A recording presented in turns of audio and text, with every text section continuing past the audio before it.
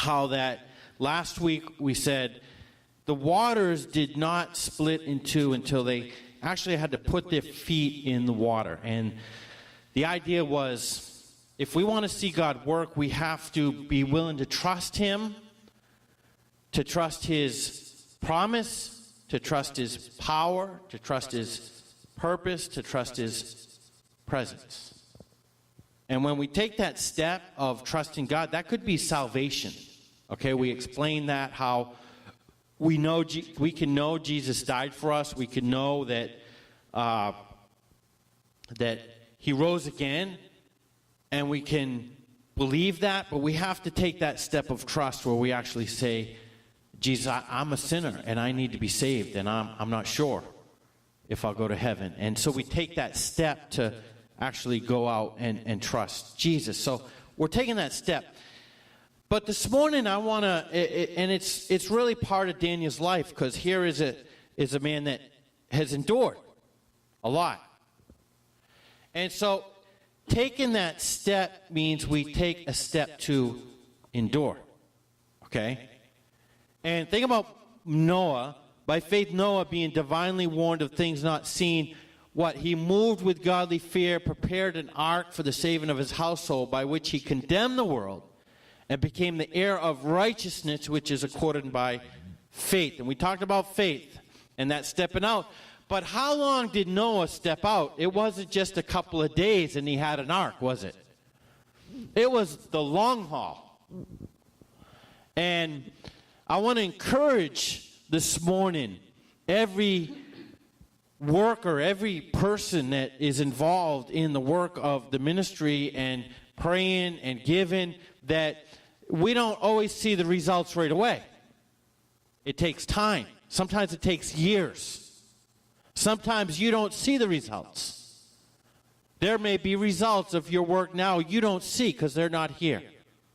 They're in other places, but they're still serving God because of your influence. So by faith, Noah, he stepped out, but that was a step of faith, a step to do God's will, but it's also a step to endure. Looking to Jesus, enduring hard times, good times, the discouraging times, the times where we're rejoicing, and going forward, trusting, and it's still the same. We're trusting God, right? We're trusting His power. We're trusting His purpose. We're trusting His plan. We're trusting His presence that is going to be with us every step of the way. And that's a key for us, really, because we don't want to just have to do work, the mission work. It's not just, sometimes we look at it as we get excited and we get emotional and we're going to do this. And then sometimes reality sets in, and maybe we didn't understand that step of faith, though there is that emotional time and that happy time, there's also the time where it's just plain work and monotonous. Think of this illustration with detectives. The Hollywood has gotten us to believe that detective work is really fascinating, and they only have an hour. Well, they have less than an hour because all the commercials. They have 50 minutes to begin a story, develop the story, and come to an end. But you find out detective work is actually very monotonous, isn't it? And if you talk to people that have been in law enforcement, there is days, months, years where you're just, you may be doing surveillance, and it's very monotonous, very boring, very uneventful. But you keep doing it. You keep plugging away. And maybe there's that one case where you resolve a case and it becomes well known. But according to television, every case, that's not the truth. That's kind of the same with sometimes with our serving God. Not every time is it all glory and frills. Sometimes it's just a lot of work and trusting God and hanging on and get through the hard times and going forward. Noah is a great illustration of that. And so we come to Daniel, and we come to the other side of missions, like I said, but the other side of the wall, if you will, the Berlin Wall, the Eastern Bloc countries. He grew up in Romania, and for 19 years, he lived under the communist regime of Nicolae Ceausescu. In December of 1989, there was the revolution.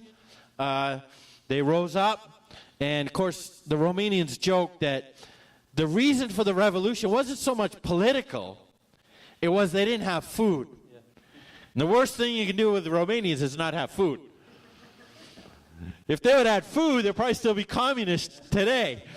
And but they had no food in the stores.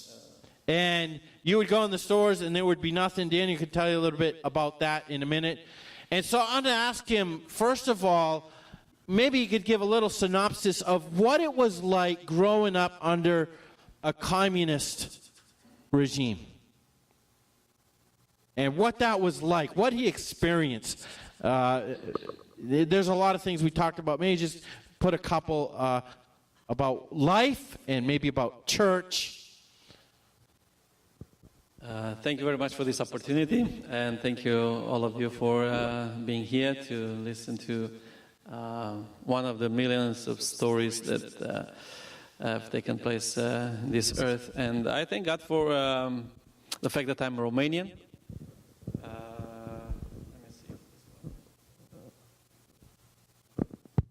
Okay.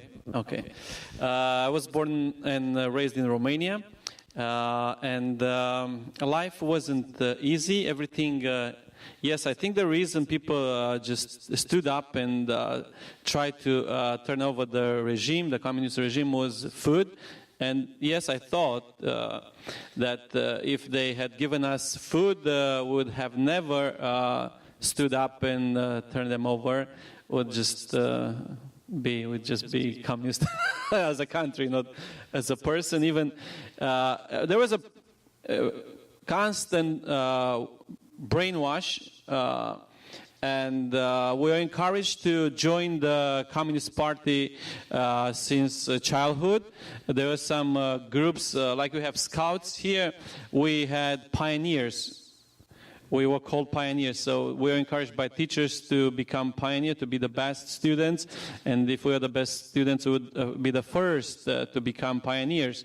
So we had 3 stages. The first would be the best students, then the good students, and then even the worst students would become pioneers. And the pioneers had a certain costume, a uniform, white shirts, and blue pants, not blue pants, something like a navy pants, and the ladies would have, or girls would wear navy skirts. So we had a tie, but it's like a scarf around with our 3 colors, red, yellow, and blue, the colors of our country. And then whenever Ceausescu would come, I was born and raised near the capital of Romania, like an hour drive from, actually he would be like 30 minutes away from the capital, and Ceausescu would come by car just to see how people would praise his name. This picture's kind of like isn't it? Yeah, yes. With his pictures, and the lady is his wife, and would come out with our scarves and would be put in line by the road where he would pass in his car. Coming out of his car and waving his hands to the people, and the teachers would encourage us to say slogans like "May Ceausescu live long," "May he live long," and other things, and he would just pass and go to another city, but he loved being praised by people, and he wanted to see that people really loved him, and we were encouraged, pushed, from the back to you say these words. It was almost like a Ceausescu cult. Yeah, it was a cult, his personal cult, yeah. And so We tell- had his picture in all our classrooms, everywhere, in offices. So we'd see him, and even the textbooks, the first page, when we'd open the book, there was his picture, like the beloved son of Romania. That was his name. tell us what it was like getting food. Okay, the I'm one of lines of- 6, so my parents have 6 children. I'm second, and because we were 6, would get a little bit favored, let's say something. It's not, favored, but anyways, we had everything on a ratio. I mean, each rations, Everyone would get, in our family would get with flour, like we're 6 plus my parents 2 and my grandmother, 9 people in the home. So we'd get a certain amount of wheat flour and sunflower, rice and sugar every month. With a coupon, we'd go to the store, and the food store, and we'd get them in return. And then milk, that was a favor. Not everyone could get milk, but because we were 6 children, we had, this right of getting some milk every day. It was a liter a day for all of us, for 9 of us. And other than that, if you wanted to eat chicken, people would have to stay all night and wait at the door of the food store. When we had the rumor that there was to be some chicken sold the next day, would go there and line. And sometimes people would just pass by and ask why, and they didn't even ask when people. That was the mentality. If you saw a line somewhere, that means there's something to come, some food. So people just stay in line there, just find their place there and just wait, because they're sure something was gonna come. And usually the next day would get some chicken wings or chicken drums, just a little bit of, the leg, not too much meat, because too much meat was. When did you get bananas and oranges? Oranges only, bananas. I don't remember eating bananas, but oranges only around Christmas, we'd get. Christmas. So he doesn't remember bananas. They had some Constanza, I guess, because they were by the port. It was a port there. But Yeah. in my city, I don't remember eating bananas. Yeah, I remember. Oranges, yes. I remember one pastor telling me when he heard in Germany that you could eat bananas every day, he didn't believe it. He said, "We only get bananas on Christmas." Now, tell a I little remember bit. you had, not you, but Constanza had something else. Then we never had Pepsi in my. There was no Coke, but Pepsi, yes, there was Pepsi, but only at the Black Sea. When my parents would take us to the Black Sea, that was the only place we could drink real Pepsi.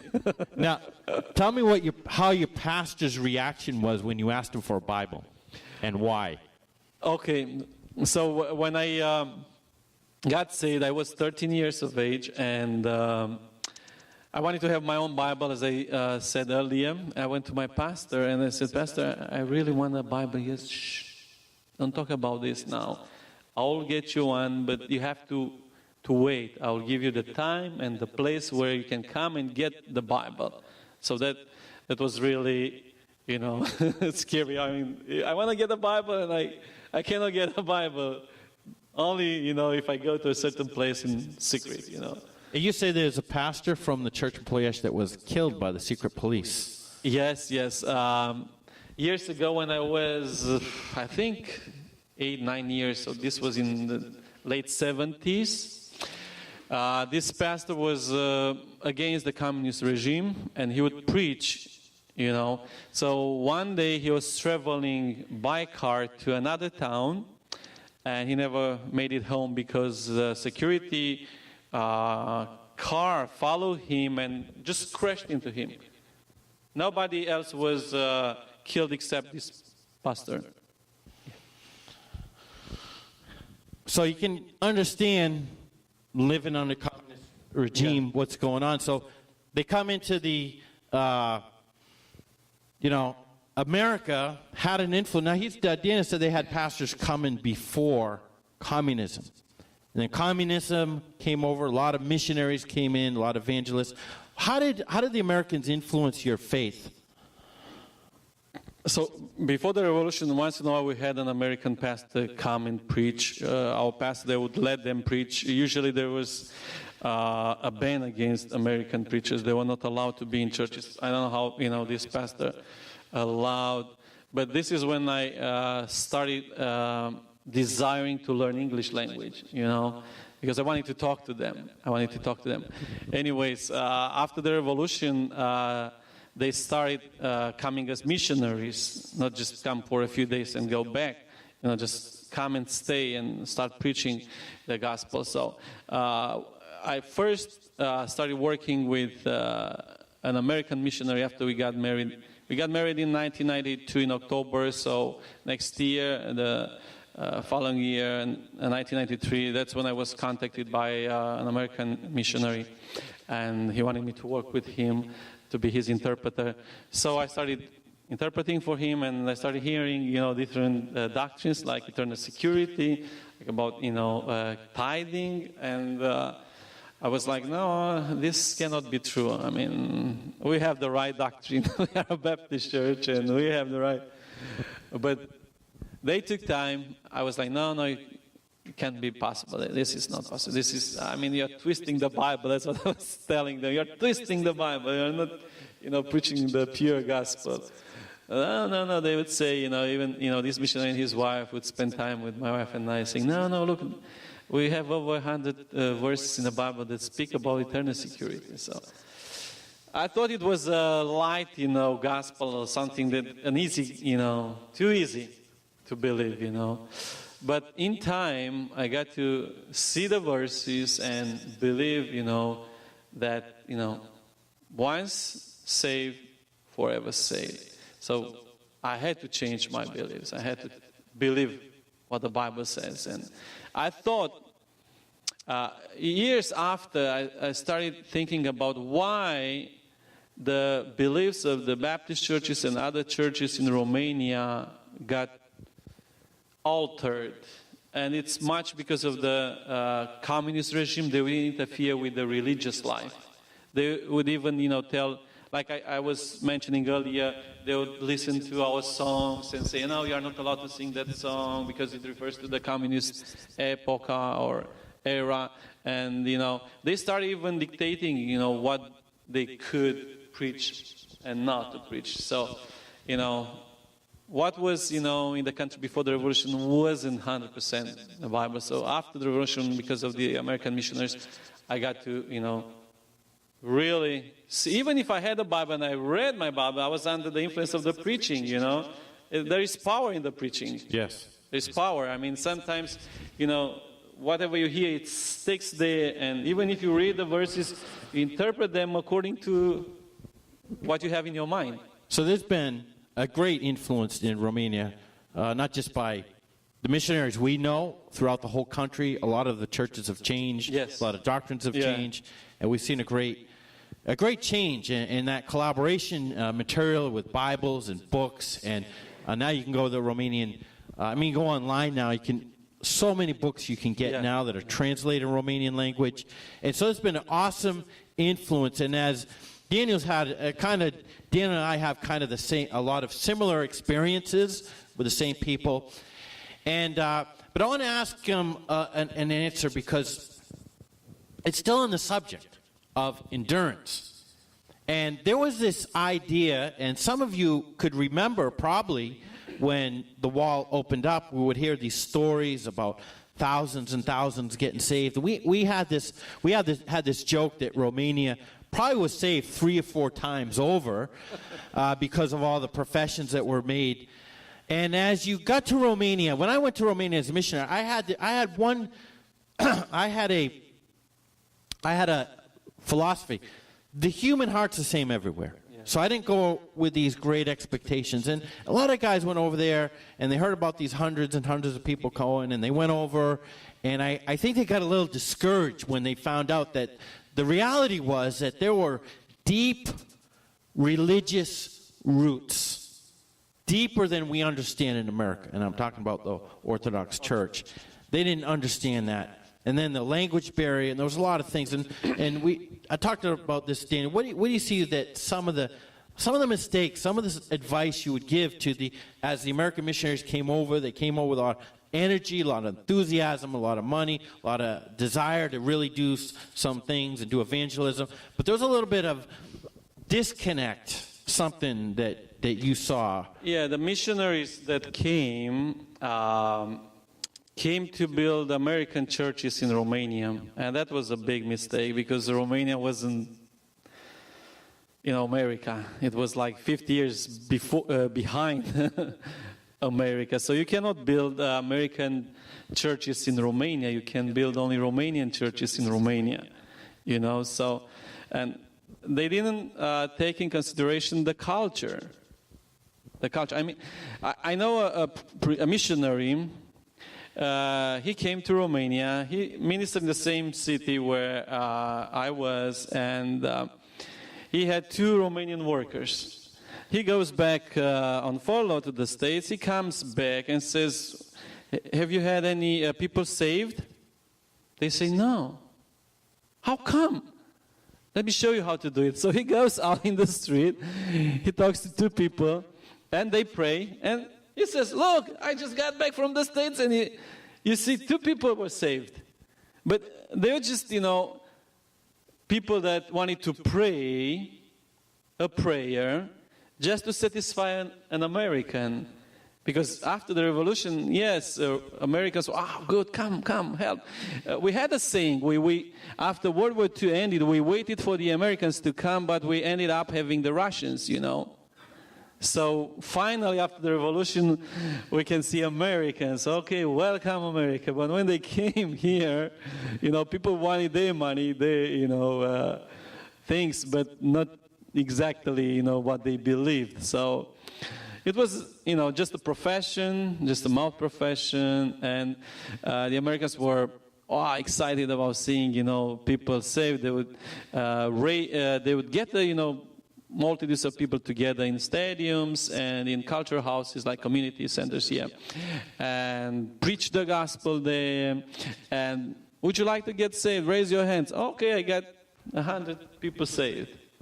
And then they wanted to start churches with this kind of people that were not saved, obviously. A raised hand would never save anybody. A prayer, you just repeat, if it doesn't come from your heart, if it's not repentance and faith in Jesus. It's like in India. I tried to witness to Indians in Birmingham, UK, and they say, "Oh, Jesus, okay, go give me a picture of Jesus. I'll put it on the shelf," where they have hundreds of other, pictures. Another God, So that's what, people say, "Oh, okay, you want me to pray a prayer out?" And the mercy would just write down. And the background that Romania is very religious. Yes. Romania, and this is another thing that it took me, cultural shock for us was not the food or the lines or whatever. That was difficulties. The cultural shock, I've often said to my wife that cultural shock was 10 years later when you really got in, learned the language, and some of the things with the culture that the Americans didn't get is not learning the language. But let me make the application for us. If we're going to do ministry, we can't do ministry with the idea of the culture from the 80s. We're 2016. Our culture has changed. Just like the Romanian culture. In fact, the Romanian culture has changed. It's not. I meet Romanians that left after the revolution, and I know more Romanian culture today than they know because it's changed so much in the 20 years. It's not what it was back then. It's totally different. Yeah, it's just turned around. And so any ministry you're in, whether it's in the States or it's in Romania, you need to really be sensitive to those cultural things so you can relay the gospel to that. And part of that's endurance. Part of that's getting down and really getting into the not being, you can do surface ministry, you're just kind of on the outside, but to really learn the culture, you had to get down. You had to get down and learn the language. You had to get down, be with the people, and learn to love their food and their songs. And some of that, I think, part of that cultural thing was a little bit just not getting totally into the endurance. And so when the hard times come, a lot of the guys they got frustrated. Yeah. They got frustrated, and I can remember one guy got so frustrated. In fact, the people in my church remember this. 15 years later, when he was leaving, he said, "When I get off the plane, I'm gonna bow down to the ground and kiss." You heard that too. He's gonna kiss the ground of America because he got so frustrated with Romania, and people remember this. It was offensive to them. Yeah. And so every culture has its plus and minuses. Yeah, it's offensive when you work with Americans and you want to help the ministry and you want to offer them some advice, and they say, "No, I know better. You're kind of a stupid, from a low class. Like you're Romanian." So things don't work out, and then they figure out that there was a problem, but they don't want, accept that it was, their problem, the Americans' problem. Not taking in consideration, what, a man from the country, from that culture, said. Even me, I was never an Orthodox, so I don't know the Orthodox religion in its depths, but I know the Orthodox, faith or religion because I lived there among those all Orthodox people that were doing all kinds of religious ceremonies, everything, So when we talk, to people, we need to, communicate. We needed to communicate, so I can say, if you ask them to pray a prayer for them, this prayer is just like, you turn on the tape and it goes on and on and on. It's different in the States when people grew up in the Sunday school classes and then they left the churches and then they meet somebody, a preacher, and they say, "Oh, you need to believe, you need to pray and ask God." And then that person asks the Lord, he prays and gets saved.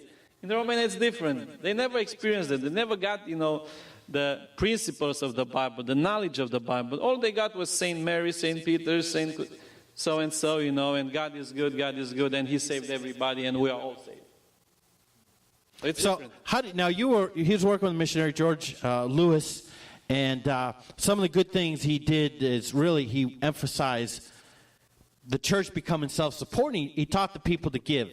And so George left, and Daniel was left on his own, no salary. He had to start his own business. How was this adjustment time of after the missionary left for you? First was a shock because I started losing people. I was like, I thought I had a church here to pastor, but, I have just a few children and some young people, that's all. So all the elderly people gradually step aside. And we had to start, all over again. So I was like, I need to do a missionary work, not a pastor's job. I need to do a missionary. So that's what I've been doing, all the time. So I had to change, my philosophy from being a pastor to being a missionary pastor, actually. Trying to win more and more people and try to teach the ones I have that they need to be faithful to the Lord, they need to give, they need to tell others about Jesus Christ. So what he's trying to say is that he had some people coming because of the missionary. Yeah. So when the missionary left, their motives, and this was always a problem in Romania, you never knew people's motives, especially being a foreigner. Mm-hmm. I think it was a little different today because there's not that poverty, especially in the city, and then he had to adjust. He started his own business and began to build a church. And Daniel actually, they had a building. George left with a building, but they actually renovated their main hall. In fact, built it almost from scratch on their own, and were able to pay their pastor on their own. And so I've always admired Daniel because even though they had that time of transition, he was able to raise back up, stay with it, and adjust to that life after the missionary left. And then what are the struggles of Romanian church? When the missionary left, it was like, baby held by the mother and then just dropped. That's how he felt. So either way I felt like, whose son am I now? Yes.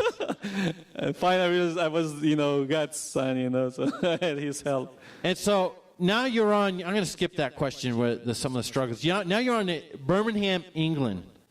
And we were talking about this last night. God brought him. He wasn't looking for it, and he went to Birmingham, England, and he's talking about what it's like going out on the street. And with the pastor he's working with, sometimes they go out in the street and they hand literature, and oftentimes he'll be assaulted by there are Muslim street preachers. Yeah. Tell us a little bit what it's like in Birmingham and the influence of the strong, overpowering influence of Islam there. We have more Muslim preachers downtown Birmingham than Christian preachers, So they have, tables with the Quran and literature, and they use megaphones, loudspeakers, to preach, and then they have their music, and they actually, come to you and say, they come to us when we go and pass out tracts and we sing, they come to us and they really, go after some verses they know, and they are well prepared, I'm telling you, they are well prepared. They know the verses. They come with the Greek and Hebrew dictionaries, on their phones, mobile phones, and they go like, your Jesus is a liar. He's a liar. And he starts, proving with his, the same Bible, with the verses and with the dictionary. Say, you don't know exactly the meaning. You don't know the meaning, the Greek meaning. You don't know what, in Hebrew this means, And they try to, just make us look, unprepared, look bad, and just leave the place so they can, take care of the mission work there. And that's kind of the Islamic philosophy. They go first. They go and they live quietly, and then they multiply. And then their last stage is they start becoming involved in government, start taking over, and become boldly, bold. And part of the problem in England, and we're going to talk about England a little more next week when the other missionaries here. But all the churches are empty. They closed down Baptist churches. The street we first moved. There was a church called Hampstead Baptist Church, and it was a Union Baptist Church, of course, but even independent Baptist churches. Okay, so this one, the Independent Baptist Church was there. Besides this one, we are ministering closed down. There was an American missionary. He left, and then 2 months after, it closed down. But anyways, this one down the road, Hampstead Baptist Church. I said, okay, this is a Baptist church. It's a big, nice building here. Then a few months after, I see the sign for sale. I said, okay, this is for sale. That means not too many people go to this church. And then I see the sign sold. I said, who bought this one? So a month, I guess, passed, and I see a Masjid Hamid, something like that. It's a mosque, a mini mosque. The big mosques, you can see lots of them in Birmingham, but this turned into a Quran, centered teaching place, So I'm like, I can't believe this is Spurgeon's country. This was the country that sent out missionaries for years and years, and now Baptist churches just closed down. Their buildings turned into mosques, Muslim centers. It's sad. They said on the Southern Baptist Church planting website in Connecticut, in the past 10 years, they've planted more mosques in the Hartford area than churches. And so when we talk about missions, we can sit back and say, all right, we'll send money across the sea and we'll pray for missionaries. But if we don't get passionate about winning our friends and neighbors, that's the only thing that's going to turn this country around. We need people to be born again, people to have their lives changed. For these churches, and I told them New England is similar in many ways. There's a lot of church buildings that are empty, and there are churches closing in our area here, and we can go on living our American lifestyle and just worry about what we're going to get and what better job and what bigger house. We can just live our lives. But like England, we're going to wake up one day and things are going to be radically changed if we don't get busy doing the work of God here. Because when these different people come in America, when people came, all these cultures came, there were strong American churches. People got saved. People went back to their countries as missionaries. Now, look what has happened in England. Other cultures come, and instead of being evangelizing, they're taking over what remnants of Christianity there was or is in England. There's not too much. And so, our future as a nation, as a family, your children, your grandchildren, we're not doing the work of missions just to make us feel good. Listen, our future depends on it. Mm-hmm. It depends on us getting serious and radical and passionate for Jesus. Not just a Sunday, go to church, listen to the message, live my own life, do what I want. If we're going to see some radical changes, we need to become, I guess I'll use the term radicalized, if you will, for Jesus, which is a good thing, not a bad thing.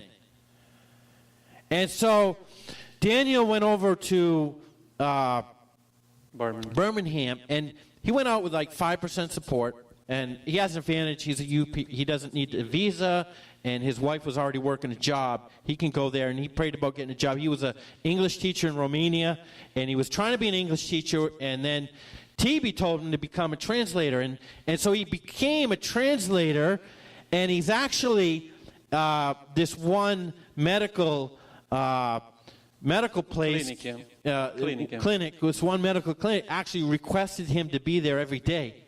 And so tell me, you're getting paid to do what? I'm getting paid, by the health system, the government, to do interpreting jobs for Romanians. That is to talk to Romanians every day. So I'm getting paid to tell people about Jesus every day. It's so funny. I said, in a different church here, I said, God has a very high sense of humor. He is using their money, the hidden money, just, you can tell them about Jesus Christ, So he's a medical officer. He's a translator for Romanians. I think there's over 10,000 in Birmingham. Over 10,000 in Birmingham. Everywhere in England. When I went, every time I went in a major city, I found Romanians all over Europe, not just England. But the thing is that he went over by faith. 5% support. Wasn't really able to get support. Was able to work. We had to sell our house so we can settle in. We needed 15,000 euros, that's like $18,000 back in those days, last year, when the dollar was weaker. So we can rent a house. Nobody would rent us a house because we were Romanians and we had no credentials there. We had nothing to prove that we were serious, honest. So we had to pay in advance 6 months plus a deposit. So only the rent we paid was like $6,000 we had to pay upfront. Plus the furniture, it was an empty house. Plus we needed a car. My wife needed a car to go to work. She was working in a different town. So it really cost us, So the missionary I worked with, Brother George, when I told him, hey, I have 5% of what I need to go, he says, don't go. But, it's logical, it's realistic when you say don't go, but this is not faith. Some may call it stupidity, stupid Romanian. Some people would call Americans, in our country, stupid Americans now. They call me stupid Romanian, go to, Romania is Romania, you make $200, $300 a month. As a teacher, I would make $250 a month. You go to a country where they need 10 times more, at least $2,500 a person plus, the other person, both need to work. And you go there with just, a few dollars, no, it's not going to work. But what seems to be impossible for man, you and me, it's not impossible for God. As long as you know it's God's will, He's leading you there. And He will do the impossible. God. So as we're talking about endurance, what are the keys that have helped you to endure? You've endured communism, you've endured revolution, You've endured the first years of a young Christian going in the ministry, and then working with a person, and then kind of being left to your own, going through that and building that church back up, and now enduring going to another country, stepping out by faith, seeing God work miraculously in that situation. So what is a key or two that you would tell us that helps us to endure serving God? Because sometimes, honestly, we get discouraged. Sometimes everything doesn't work out like we thought. And sometimes, as I talked about at the beginning, we have that initial enthusiasm and we want to do it, and then reality hits in. But we want to keep going. And so what are some keys that you would say to help us continue to endure serving God? While we were under the communists, there was no this desire to get material things because they were not there. And we had this, thing from the communists that if you join us, you'll get a better place, you'll get a higher position. So that was what was motivating some Christians, even my uncle and my aunt. My uncle was a professor in a university in Romania. My aunt was a high school teacher, and for some positions, they left the church and they became communists. I was offered, as we talked last night, some positions in my high school, and I would say to my home teacher, I said, no, I'm a Christian, I'm a Baptist, I don't want it. No, just accept it, we'll work you out. We'll work you. We'll turn you into what we... So I accepted, I said, okay, I want to be that. But, in 2 months she says, okay, it's not going to work, so I'm going to change you. You're not for this position here. And I didn't want it to be something, I just loved the Lord and I appreciated what He did for me. And I didn't want to deny the Lord under the communists. So I think a real love for God will help you endure. After, the revolution, things started to be like in America, you can get this material things, this money here, this money over there, that big house, that big position, So Christians would say, I don't have time for God, to serve the Lord. I need to do this and that to make, a career or make, a better life. And, I got married, I got children, and I think that what kept me was the same love for God, the real love for God, and the thing that in my heart, deep in my heart, I knew God called me to the ministry. And later on, when I had all those troubles, with people that turned against me and blah blah blah, people that left the church, and I wanted to quit, I always went back to my love for God and my calling. I knew God called me, and even if I didn't have what I could have if I left, I knew that God has something for me, and whatever God has for me, it's better than whatever this world can offer me. So a real love for God, a real trust in God's calling, the things that really kept me there. I knew in my heart that was what God wanted me to do. Nothing than that. Awesome. Let's stand as the worship team comes. And we'll conclude this thought this morning. And by asking the question, are you ready to step out for the long term? Are you ready to serve God for the long term? We talk about missions. We talk about faith promise. For those of you involved, some of you have already stepped out and you've gotten involved in ministry and helping out. And I think what he said, God's called us. He's called all of us, hasn't he? He's called all of us to be serving him and then love God more than any. That's what Jesus said to Peter, wasn't it? Peter was discouraged. He went back to fishing and he went out and Jesus came and he says, Peter, do you love me more than these? He said, Lord, yes, Lord, I love you. He asked him again, and the third time, he said, Peter, do you love me? Peter wept and said, Lord, I love you. Jesus said, feed my sheep. It comes back, really what he said, come back to the basics. Loving Jesus. And as you've seen in his life, and I didn't think about this point till right now, but he definitely had, he knew English. He was one of the very good interpreter. He could have left even before they entered the European Union. Many left. Many left their churches. That's a problem now with Romania and Moldova and some of these countries, Ukraine. The national pastors are leaving their churches, coming to America or different countries.